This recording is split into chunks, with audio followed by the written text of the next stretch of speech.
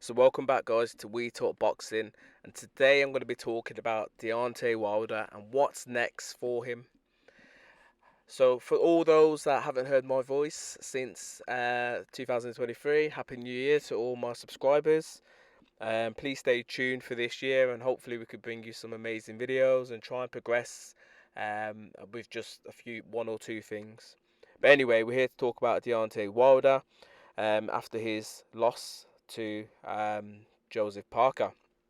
Now, I think obviously in my post-fight video, I was quite disappointed, deflated in a weird way because myself and probably most of you guys have been waiting to see Deontay Wilder back in the ring for some time, and it wasn't the performance that we waited for. It was a very half-hearted Deontay Wilder what we saw, and he just didn't look the same, and he looked gun shy.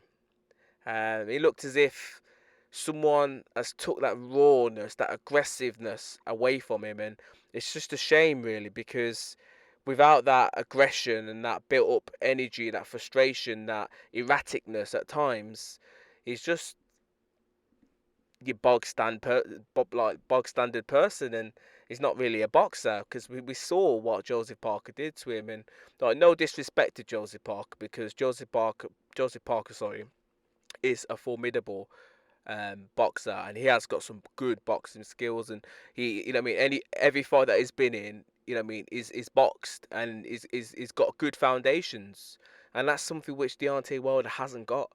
Deontay Wilder is known for being a big puncher and a big aggressive and erratic like puncher really, and that's all he is. As I said, it was a shame to see him go out like that on his shield, and his post press conference like interview was disheartening as well, because it sounded as if he was gonna retire. But anyway, it's pretty much been just under 2 weeks now since that fight, and there's some news coming out in boxing, and obviously I'll do a video in regards to Anthony Joshua versus Francis Ngannou, which has been made, and that fight should be taking place March the 8th. But on the undercard, it looks like that we could see maybe a second outing for Deontay Wilder, and this would be good news because he needs to be active and he needs to be in the ring, and this next fight will tell us whether or not he's got anything left. Obviously, that Joseph Parker loss, it wasn't him, and it hadn't fought for nearly 2 years. He had one fight in that time, which was one round against Hellenius. So there was a lot of ring rust, and he's been doing all some crazy stuff in the background in regards to trying to find himself and his soul, etc. So that wasn't the Deontay Wilder which we all know and love, and hopefully if this Deontay Wilder is coming back and he's going to try and get in the ring and be a bit more frequent with his fights, and hopefully put on some good performances and build that confidence again, then maybe we could probably see him challenge again at some point. Some of the bigger names, your Usyks, your Furies, and who knows, maybe a Joshua and Zhang. And he could possibly try and get that rematch with Parker at some point as well. But as I said, there's been some news, and he potentially will be on the undercard of Anthony Joshua's fight against Francis Ngannou. No opponent yet has been named, but there's a few snippets around people saying that it could be Zhilei Zhang, which my perspective is that that's a very, very, very tough challenge. Especially, you got outboxed by Joseph Parker. Zhang is a good boxer as well. He's got some good skills behind him, and he's a big puncher. We've seen what he did to Joe Joyce. That's a dangerous fight. Not a fight that I would like Deontay Wilder to go into next, but if it gets made and it is those two in the ring, I'm definitely going to watch it, because I like Zhang. Obviously, I like Deontay Wilder. So it'd be good to see what he could do against someone like him. And if he does beat Zhang, then that would just push him straight back up the rankings, because today Zhang is rated in the Ring magazine anyways, is ranked third.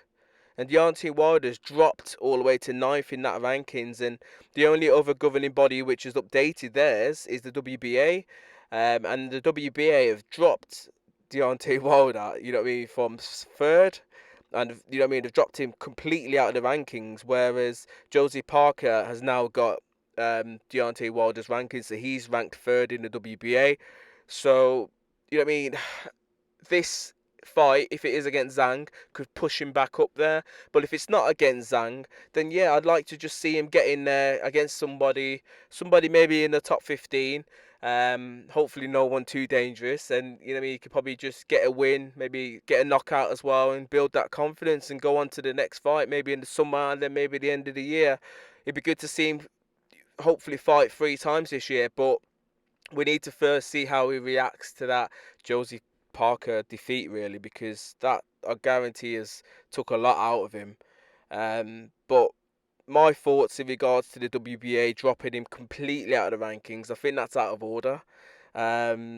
Yes, he's lost pretty much his last 3, but the guy was ranked third in your rankings, so how could you drop him out completely? If anything, he should probably be like 10, 11, around that point, because Jarrell Miller lost. Jarrell Miller lost to Daniel Dubois, but he's still ranked in the WBA rankings, which I don't get.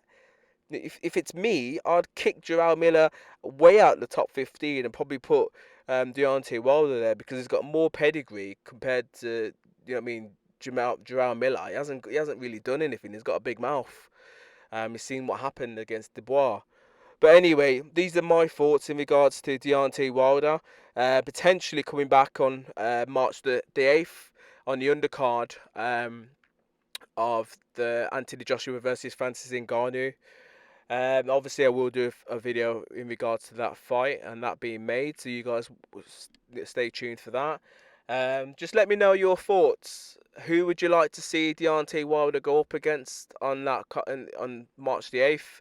Would you like him to go up against someone as tough and as big as Zhilei Zhang, or would you like him to maybe go up against someone maybe like, I don't know, Jarrell Miller? That'd be a brilliant fight.